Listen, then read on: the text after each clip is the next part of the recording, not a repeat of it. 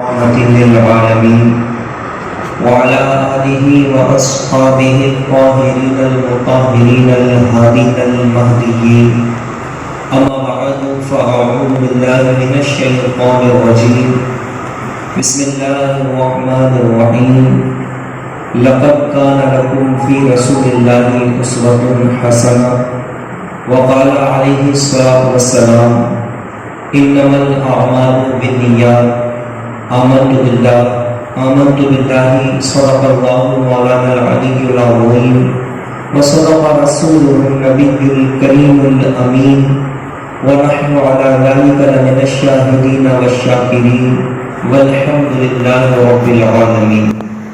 Stage پر موجود معزز باوقار علماء اکرام، ائمہ اکرام، مداحان رسول و حاضرین مجلس، السلام علیکم ورحمۃ اللہ وبرکاتہ.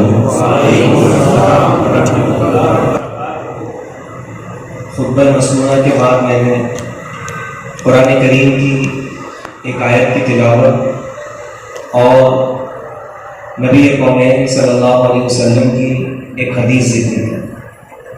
بس اسی دونوں کے ذمے میں کچھ عرض و معروض کا معاملہ چلے گا.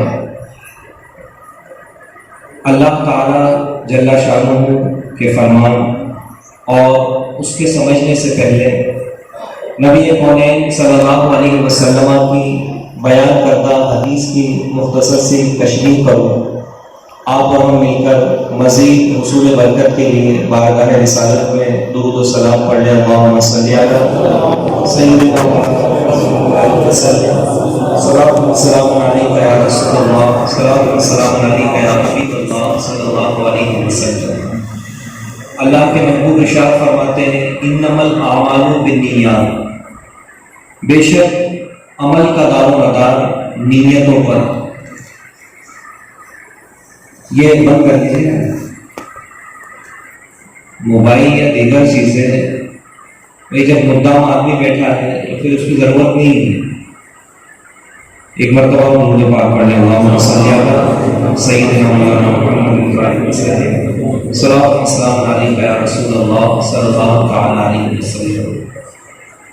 ویڈیو وغیرہ بنانا اور اسے محفوظ کرنا چونکہ دور حاضرہ میں لوگوں نے ضرورت سمجھی اور کوئی اچھی چیز سنی اور اسے دوسروں تک پہنچانا چاہا تو وہ ایک ضرورت کے تحت ہے. مگر جہاں لوگ خود موجود ہیں اب دوسرے کے پہنچانے کی فکر اور خود غافل رہ جانا یہ مناسب بات نہیں ہے. اور خصوصیت کے ساتھ ہمارا آنا تو ہم دینی مجلسوں کو عام رسوماتی محفل کی طرح سے نہیں لیتے کیونکہ یہ حال بے شک یہی حال ہے.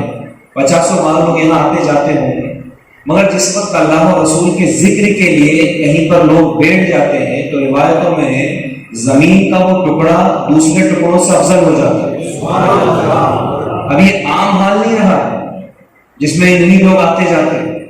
جب تک آپ اور ہم اس نیت سے یہاں بیٹھے ہیں کہ یہاں اللہ و رسول کا ذکر ہو رہا ہے یہ زمین کا ٹکڑا دیگر تمام ٹکڑوں سے افضل ہے. دوسری چیز یہ رات کے وقت میں خصوصیت کے ساتھ میری تو نیت یہی اور حدیث پاک میں نے اس لیے پڑھی مجھے نہیں معلوم کون کس نیت سے آیا ہے. ہو سکتا ہے کوئی حاجی صاحب کے بلاوے پر آیا ہو، کوئی اس لیے آیا ہو کہ بھائی برا نہ مانے، کوئی کس لیے آیا ہو. تو نیت مذہب اسلام نے اس پر پورے عمل کا دار و مدار رکھا ہے. میں مثال دیتا ہوں. 2 لوگوں نے نماز کی نیت باندھی، 2 رکعت کی باندھی، ایک ساتھ دونوں نے اللہ اکبر کہا اور ایک ساتھ دونوں نے سلام پھیرا. دیکھنے والوں کے لیے دونوں نے عمل کی مگر نیت میں اگر ایک یہ کر لے کہ لوگ دیکھیں تو مجھے نمازی کہیں، لوگ مجھے نمازی جانیں، اور دوسرے کی نیت اللہ کی رضا کی تو عمل دونوں نے برابر کیا مگر ایک کا مقبول ہے ایک کا مردود. مومن کے لیے مذہب اسلام میں صرف عمل کر لینا کافی نہیں ہے بلکہ اس عمل کے ساتھ نیت خیر چاہیے. اسی کو میں نے عرض کیا حدیث پاک سے انما الاعمال بالنیات، بے شک عمل کا دار و مدار نیتوں پر. اور میں ہمیشہ اس نیت کے ساتھ ہی حاضر ہوتا ہوں. جب سے میں نے اپنے آقا کی حدیث پاک کو پڑھا کہ رات میں ایک لمحہ علم دین کا پڑھنا پڑھانا، تدارس العلم ساعۃ من اللیل خیر من احیائہا، ایک لمحہ اگر رات میں مرد ہو یا عورت، بوڑھا ہو یا جوان، علم سیکھنے سکھانے میں سیکنڈ ہم کہہ سکتے ہیں اس کو، ایک لمحے میں اللہ تعالیٰ کی جانب سے وہ نعمتیں اور وہ نیکیاں ملتی ہیں کہ ایک بندہ نفلی عبادت پوری رات کرتا رہے، یہاں تک کہ صبح کر دے تو پوری رات نفلی عبادت کر کے وہ جس ثواب کو حاصل کرے گا اس سے بڑھ کر اجر دین سیکھنے سکھانے کی مجلس کا ایک لمحہ اسے حاصل کر دے۔ تو انما الاعمال بالنیات، اعمال کا دار و مدار نیت پر ہے۔ تو اب تک آپ جس نیت سے بھی آئے تھے، اب یہاں آنے کے بعد بندہ یہ نیت کر لے کہ ہم یہ جتنی بھی دیر، تقریباً مجھے جو وقت پتہ چلا کہ سونے کا وقت 11:30 کے آس پاس رہتا ہے لوگوں کا، تو ہم بھی بہت زیادہ وقت نہیں لیں گے، 1 گھنٹے کے اندر مجلس کو ختم کر دیں گے، مگر جتنی دیر آپ کو اور ہمیں یہاں بیٹھنے کا موقع ملا، ہم نیت یہ کر لیں کہ ہم بھی علم دین سیکھنے سکھانے کے لیے بیٹھے۔ کس لیے بیٹھے؟ علم دین سیکھنے سکھانے کے لیے۔ اس سے بہتر اور اس سے افضل مجلس نہیں ہوتی، اور علم دین کا سیکھنا سکھانا یہ اتنی اہمیت کا حامل ہے کہ نبی کونین صلی اللہ علیہ وسلم کے زمانے مبارک میں ایک صاحب کے پاس نبی کونین نے خود یہ اطلاع بھیجی کہ عنقریب اب تمہاری روح قبض ہونے والی، تم دنیا سے جانے والے ہو، تمہارا انتقال ہونے والا ہے۔ قربان جائے، وہ بھی بارگاہ رسالت کے صحبت یافتہ تھے، گھبرائے نہیں، دنیا دماغ پر نہیں چھائی کیا کر لوں کیا نہیں کر لوں، جب نبی صادق نے ہی بتا دیا کہ تھوڑی سی زندگی بچی ہے، بلکہ انہوں نے بارگاہ رسالت میں عرض کر دیا کہ حضور جب آپ نے بتا دیا کہ زندگی کے تھوڑے سے لمحات بچے ہیں، تو اب آپ ہی بتا دیں کہ ان تھوڑے سے بچے ہوئے لمحات میں کیا قیمتی سرمایہ جمع کر لوں، کیا ایسی اہم چیز ہے جو تھوڑی سی زندگی بچی ہوئی میں کر لوں۔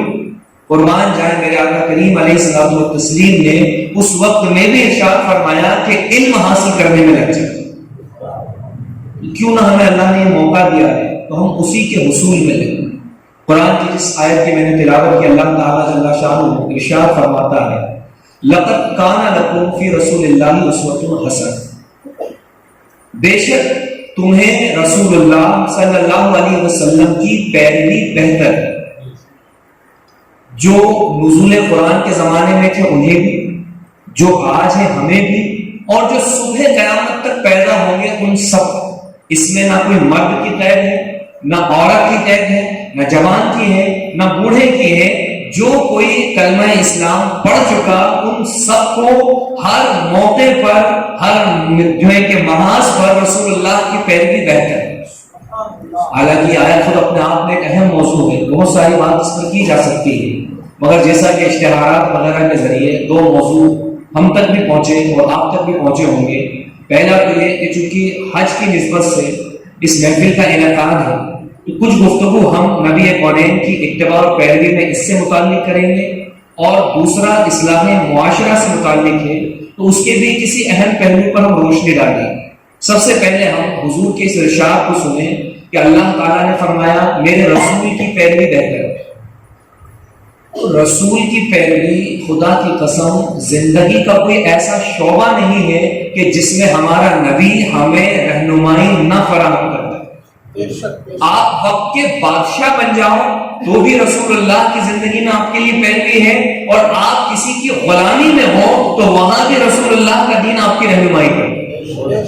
آپ شادی شدہ ہو تو بھی نبی کی سیرت آپ کی رہنمائی کرے گی، آپ غیر شادی شدہ ہو تو بھی نبی کی سیرت آپ کی رہنمائی کرے گی، حتیٰ کہ آپ کاروباری ہو تو بھی حضور کی زندگی سے رہنمائی لیں، آپ مزدور ہیں تو بھی زندگی رسول سے رہنمائی لیں۔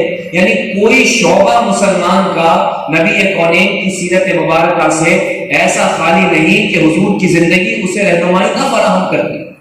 تو آج جیسے ایک موقع آیا، ایک صاحب کے ساتھ آیا، اللہ پاک ہمیں سب کو نصیب کرے، اور جنہیں نصیب ہوا بار بار نصیب کرے، حرمین شریفین کے حاضری اور بلاوے۔ قرآن کریم فرقان مجید نے ارشاد فرمایا وَأَتِمُّوا الْحَجَّ وَالْعُمْرَةَ لِلَّهِ، اور اللہ کے لیے حج اور عمرہ کو پورا کرو۔ حج کا بھی ذکر ہے، عمرے کا بھی ذکر ہے۔ حج عمرہ یہ بھی اللہ کی عبادت ہے، اور اللہ کی عبادتیں کچھ ایسی ہیں جو ہر عاقل بالغ کے ساتھ وابستہ ہیں، اور کچھ عبادتیں ایسی ہیں جو اللہ نے کنڈیشنل رکھی، صلاحیت اور استطاعت کے اعتبار سے رکھی. جیسے نماز، یہ ایسی عبادت اللہ نے رکھی کہ غریب ہو یا وقت کا بادشاہ ہو، عقل مند ہے اور بالغ ہے، اس پر فرض ہے. زکوٰۃ، یہ اللہ نے ایسی عبادت رکھی کہ پہلے جس کو مال دیا اس پر اس کا مطالبہ ہے، جس کے پاس مال نہیں ہے اس پر زکوٰۃ کا مسئلہ نہیں. حج، یہ بھی انہی عبادتوں میں سے ہے جو اللہ نے مال دینے کے بعد بندے پر لازم کی. قرآن کریم فرقان مجید نے بھی جو فرمایا حج و عمرہ کرو، یہ سب کے لیے نہیں، بلکہ اس سے بھی مراد وہی لوگ ہیں جنہیں اللہ نے اتنا مال دیا ہے کہ وہ حج کی استطاعت رکھتے ہیں. حج خصوصیت کے ساتھ آج کا موضوع چونکہ یہی ہے، اسی پر ہم عرض کریں. نبی کریم صلی اللہ علیہ وسلم کے مختلف ارشادات موجود ہیں. اللہ کے محبوب نے ارشاد فرمایا، لوگوں اللہ نے تم پر حج فرض کیا ہے، حج کرو. کیونکہ مکہ شریف میں خود بیت اللہ، وہیں پر مینا بھی ہے، اسی شہر مبارک میں عرفات بھی، تو وہاں کے لوگوں کے لیے وہ آسان معاملہ. مگر جو مکہ شریف یا مدینہ شریف یا حرمین سے باہر کے لوگ ہیں، ان کے لیے ویسی آسانی نہیں کہ بس نکلیں احرام باندھ کر اور چلے گئے سرزمین کی. بہت سارے معاملات ضروری ہوتے ہیں.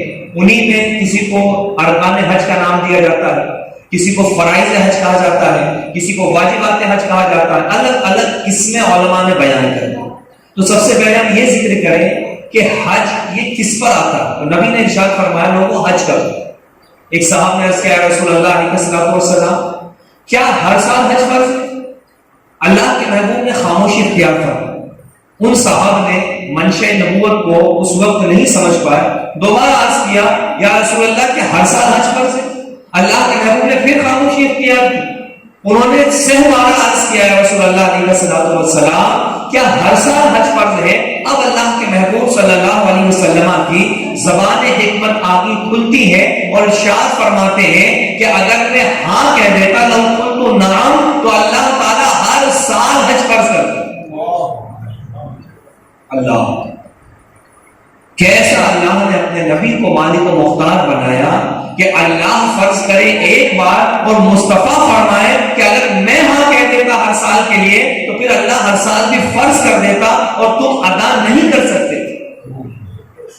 حضور پاک صلی اللہ علیہ وسلم کا جملہ بھی قابل غور ہے کہ تم ادا نہیں کر سکتے، کیونکہ آج ہم دیکھ رہے ہیں عمر میں ایک بار فرض ہے اور وہ بھی صاحب حیثیت پر فرض ہے. تو نوبت یہ ہے کہ لوگ حج کو سمجھتے ہیں کہ بڑھاپے کی کوئی عبادت ہے، پہلے اس کی شادی کر دیں، اس کی شادی کر دیں، اس سے بری ذمہ ہو جائے، اس سے بری ذمہ ہو جائے، چلے چلے اپنے میں جب تھک ہار جائیں گے سب چیزوں سے، جناب اب حج کرنے جائیں. پہلی چیز اور سب سے اہم چیز مرد بھی سماعت کر لیں، اسلامی مائیں بہنیں بھی سماعت کر لیں کہ حج جس طرح سے نماز فرض ہے اور روزہ فرض ہے، ویسے ہی حج بھی فرض ہے. فرق صرف اتنا ہے کہ نماز کے لیے مال درکار نہیں ہے، حج کے لیے مال درکار ہے. تو جسے اللہ نے حج کی استطاعت دے دی اس پر حج فرض. استطاعت کی ہم زیادہ تفصیل نہیں کریں گے، موٹے موٹے طور پر یوں سمجھ لیں کہ آپ کے پاس اتنا مال ہو کہ آپ اس شہر مبارک میں جا سکیں، آ سکیں، اور جتنے دن آپ وہاں رہیں گھر میں جن لوگوں کا نان و نفقہ آپ کے ذمہ پر ہے ان کا خرچ چل جائے. اتنی آپ میں استطاعت ہے، اتنے آپ مال کے مالک ہیں، آپ پر حج فرض ہو. اب حج فرض ہونے کے بعد بندے کا اس لیے دیر کرنا کہ بھئی ہے تو صحیح 10 لاکھ روپے، مگر 2 بچیاں ہیں، ابھی 3 سال بعد ان کی شادی ہونے والی، کم سے کم 5-5 لاکھ تو خرچہ ہوں گے، اس لیے ہم اکٹھا کر رہے ہیں، پہلے ان کو نمٹا دیں اس کے بعد جائیں. اور بعض کم پڑھے لکھے لوگ مزید تائید کر دیتے ہیں، ارے جناب حج کے لیے کہاں چل دیے، ابھی آپ کی بچیاں جوان ہیں، ارے آپ کہاں جا رہے ہیں، آپ کی بہنیں موجود ہیں گھر میں، ارے آپ کیسے حج کے لیے جا رہے ہیں، ابھی دوسری اتنی ساری ذمہ داریاں اور آپ وہاں نکل گئے. بھائی حج کو تو جب جانا چاہیے جب آدمی اپنی ساری ذمہ داریوں سے فری ہو جائے. تو یاد رکھیں اس قسم کے مشورے دینا، اللہ سے ڈرنا چاہیے. حدیث پاک میں ہے من افتى بغیر علم فعليه لعنة الله والملائکة والناس اجمعین. فتوا دے اس پر اللہ و رسول ملائکہ اور لوگوں کی لعنت ہوتی ہے. تو بھائی تم کسان ہو, کھیتی کرنے والے ہو, اور کوئی کھیتی باڑی کے بارے میں پوچھے تو آپ مشورہ دے سکتے ہو, بیج جب ڈالنا بہتر رہتا ہے, پانی جب دینا بہتر رہتا ہے, چونکہ وہ آپ کے تجربے کی چیز. مگر مذہب اسلام نہ آپ نے پڑھا نہ علماء کی صحبت, جو سنا سنایا منہ میں آیا. پرانے اور بوڑھے لوگ ایسا سمجھتے ہیں کہ ان کی سنی سنائی معلومات یہی دین ہے, حالانکہ علماء جانتے ہیں ہزاروں چیزیں عوام میں اتنی غلط رائج ہیں جن کا مذہب اسلام کی تعلیمات سے کوئی لینا دینا نہیں. انہی میں لوگ یہ بھی کہتے ہیں صاحب اتنی بڑی بڑی ذمہ داریاں ہیں, بچے جوان ہو رہے ہیں, کسی کو نوکری پر لگاؤ, بیٹی کی شادی کرو, اس بڑے حج کی اس بڑے فرض سے تو بری ذمہ ہو تب جا کے حج کرنے جان. یاد رکھیں اللہ نے پہلے تجھے مال دیا, اس کے بعد تجھ پر حج فرض کیا, اور رہ گیا تیرا یہ ہیلا بہانا کہ بیٹے کی شادی بیٹی کی شادی. تو یہ تو غور کرتا کہ اللہ کے دین میں رسول اللہ نے تو فرمایا بہتر نکاح وہ ہے جس میں بوجھ کم ہو. نبی پاک صاحب الاولاد صلی اللہ علیہ وسلم نے کم و بیش 11 نکاح فرمائے. بعض میں ولیمہ ملے گا, بعض میں وہ بھی نہیں. کتنا آسان کیا, 2 گواہوں کی موجودگی میں ایجاب و قبول ہو جانا, نکاح ہو گیا. اور خاص کر کے اگر بیٹیوں کی بات کریں تو قربان جائے مذہب اسلام نے تو بیٹیوں کو وہ عزت بخشی ہے کہ باپ ماں کو بیٹی کے لیے پریشان نہیں ہونا ہے کہ اس کے لیے مال اکٹھا کر کے اسے روانہ کرے, بلکہ شریعت نے تو کہا کہ تو ویسی کلیجے کا ٹکڑا دے رہا ہے, اس کے لیے لڑکے والوں کو چاہیے کہ مہر دے. سمجھ رہے؟ اور بس اللہ تیری پناہ, معاشرے کی کس کس اصلاح کو پکڑا جائے. اس بیٹی کو تھوڑا سا جہیز, تھوڑے سے برتن, ایک رقم وہ دے کر روانہ کیا, اور اب باپ بھی سمجھتا ہے کہ بیٹی کا میں نے حق ادا کر دیا, بھائی بھی سمجھتے جو دینا تھا بیٹی بہن کو دے دیا. اب اگر باپ کا انتقال ہوتا ہے, وراثت میں لاکھوں کروڑوں کی جائیداد ہو, اب اس بیٹی کو کچھ نہیں ملے گا. کیوں؟ تیری شادی میں دے تو دیا تھا, تجھے زیور بنا دیا, اتنے ہزار لوگوں کا کھانا کر دیا تھا, تو کیا اس بیٹی نے کہا تھا کہ میری شادی میں لنگر لٹا دینا اور پھر جب مجھے ضرورت پڑے تو اسی کو گنوا دینا؟ کتنے نادان ہیں وہ ماں باپ جو سوچتے نہیں کہ اس بیٹی کی اگر تم نے شادی کی اور ہزاروں لوگوں کو بلا کر لنگر لٹایا تو کیا بیٹوں کی شادی بند کمرے میں کر دی تھی؟ وہی خرچ تو ان کی شادی میں بھی کیا تھا. پھر بیٹے کو کیوں مال دیا وراثت میں؟ بول دیتے کہ نہیں تیری شادی میں بھی کر دیا تھا, بات ختم ہوگی, سب برابر ہو. مگر نہیں, ماں باپ بھی یہ فرق جب بیٹی کے ساتھ کریں گے اور جب اس بیچاری پر تکلیف آئے گی تو آج جو رونا روتی نا قوم کہ قوم کی بچی یہاں چلے گی, قوم کی بچی وہاں چلے گی, جب ہم اس کا گہرائی سے مطالعہ کرتے ہیں نا تو چند وہ ملتی ہیں جو آوارگی کی وجہ سے گئی, اور بہت وہ ملتی ہیں جو ہماری ہی قوم کے مجبور کر دینے کی وجہ سے.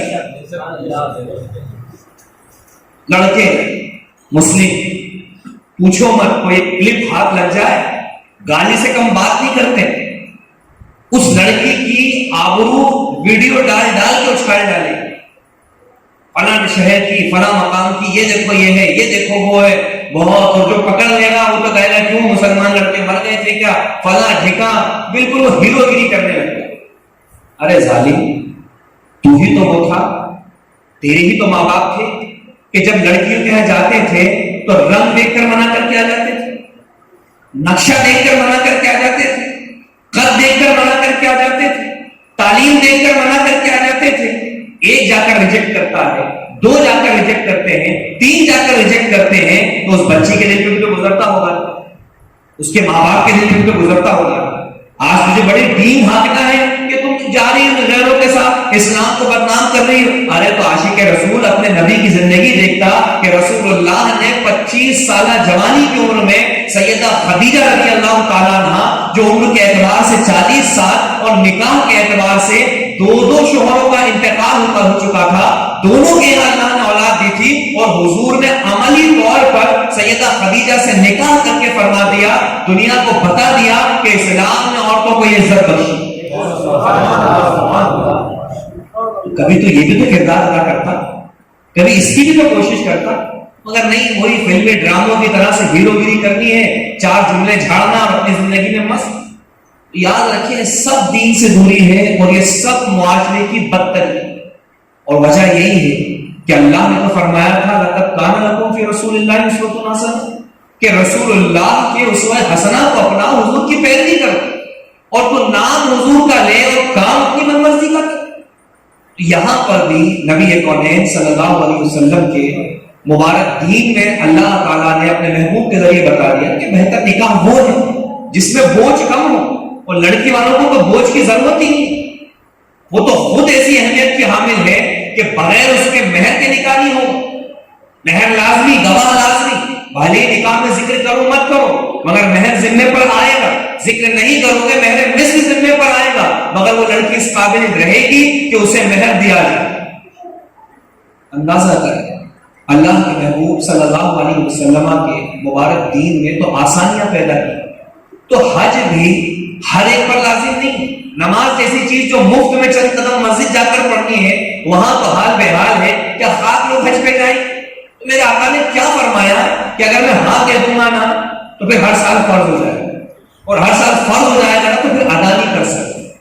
تو جن پر فرض ہے ان کے ہیلے بہانے ایسے جو پہلے سے ہی آلریڈی مردود ہو، وہ قابل قبول نہیں ہے۔ لڑکی کی شادی میں اکٹھے کرنا تو یہ تجھے اسلام نے تھوڑی لازم کیا تھا، غیروں سے سیکھ سیکھ کے یہ بوجھ تجھے خود اپنے اوپر لیا، اللہ اور رسول نے تجھ پر یہ وزن نہیں رکھا۔ تو حج کے لیے جب مال ہو جائے لازم ہے کہ حج پہ جائے، اور جو لوگ غلط مسئلہ بتاتے ہیں نہیں اتنی ذمہ داریاں اپنے آپ پر، ابھی بچیاں ابھی فلاں ہیں ابھی یہ، یا وہ خود سوچتا ہے کچا سے پکا مکان کر لوں، پھر یہ کر لوں، پھر وہ کر لوں۔ ایام حج آ گئے اور وہ فرض ہو گیا اس پر، اب وہ جتنی تاخیر کرے گا اتنا گناہگار ہوگا، جتنا لیٹ کرے گا اتنا گناہگار ہوگا، اور اگر وہ مر گیا، انتقال ہو گیا تو اللہ کے یہاں فرض کے چھوڑنے والا قرار پائے۔ مسائل میں اور روایتوں میں تو یہاں تک ہے جس پر حج فرض ہو گیا، یعنی اتنا مال اس کے پاس آ گیا کہ وہ جانا آنا کر سکتا ہے، اور گھر میں بھی جو ہے کہ اخراجات چل جائیں گے، اور اس کے بعد اس نے لیٹ کیا اور پھر کسی وجہ سے وہ مال تلف ہو گئے، نقصان ہو گیا، ختم ہو گیا، وہ مال ضائع ہو گیا، تو ایسا نہیں کہ بچ جائے گا۔ فرمایا بھلے قرضہ لے اور قرضہ لیں گے حج پہ جائیں۔ کیا سمجھتے ہیں اسے؟ اللہ نے تمہیں پہلے اس لائق بنایا تھا، تب تم سے مطالبہ رکھا تھا حج کرنے، تو حج صاحب استطاعت پر فرض ہے۔ صاحب استطاعت اگر لفظ گاڑا لگتا ہو تو موٹے طور پر یہ مختصر سی وضاحت سمجھ لیں کہ آپ جانے آنے کا ٹکٹ خرچہ، وہاں کے ایکسپینسز اٹھا سکتے ہیں، خرچے اٹھا سکتے ہیں، اور گھر پر جو ہے ان کا بھی خرچہ چل جائے گا، تو آپ پر حج فرض ہے۔ اور جو اتنے مال کے بعد تاخیر کرے گا، لیٹ کرے گا، اگلے سال جائیں گے، اس پہ ڈیپینڈ، اس پہ پینڈنگ، اس پر پینڈنگ، تو جتنا لیٹ کرو گے اتنا زیادہ گناہگار ہوگا۔ بندوں کو چاہیے کہ اپنا اپنا محاسبہ کرے، خود دیکھے کتنا بینک بیلنس ہے، کتنا کیش ہے، کتنے کا روٹیشن خریدی بکری میں کر لیتے ہیں، لازمی طور پر فرض نکل جائے۔ کئی ایک میں خواتین کے پاس بھی جائیدادیں ہوتی ہیں یا شوہر ان کو مالک بنائے ہوئے ہوتے ہیں، ان کے اوپر بھی لازم ہوتا ہے۔ تو سب سے پہلی چیز حج یہ مالی عبادت ہے، اور اللہ نے پہلے مال دیا ہے پھر فرض کیا، تو جس پر فرض ہو ان دیگر چیزوں کے نام پر اس میں تاخیر کرنا یہ گناہ ہو۔ حج فرض، اس کی فضیلتوں کا کیا کہنا؟ یہ تو اللہ کا محض فضل ہی کہا جائے کہ پہلے اس نے مال دیا، پھر مال دینے کے بعد حج فرض کیا، بندہ حج فرض کر جو ہے کہ ادا کر کے آ جائے، تو یہ بھی تو فرمایا جا سکتا تھا کہ ٹھیک ہے کوئی بات نہیں، اگر نہیں کرے گا تو گناہگار، کر لیا تو کوئی بات نہیں، مال ہم نے دیا تھا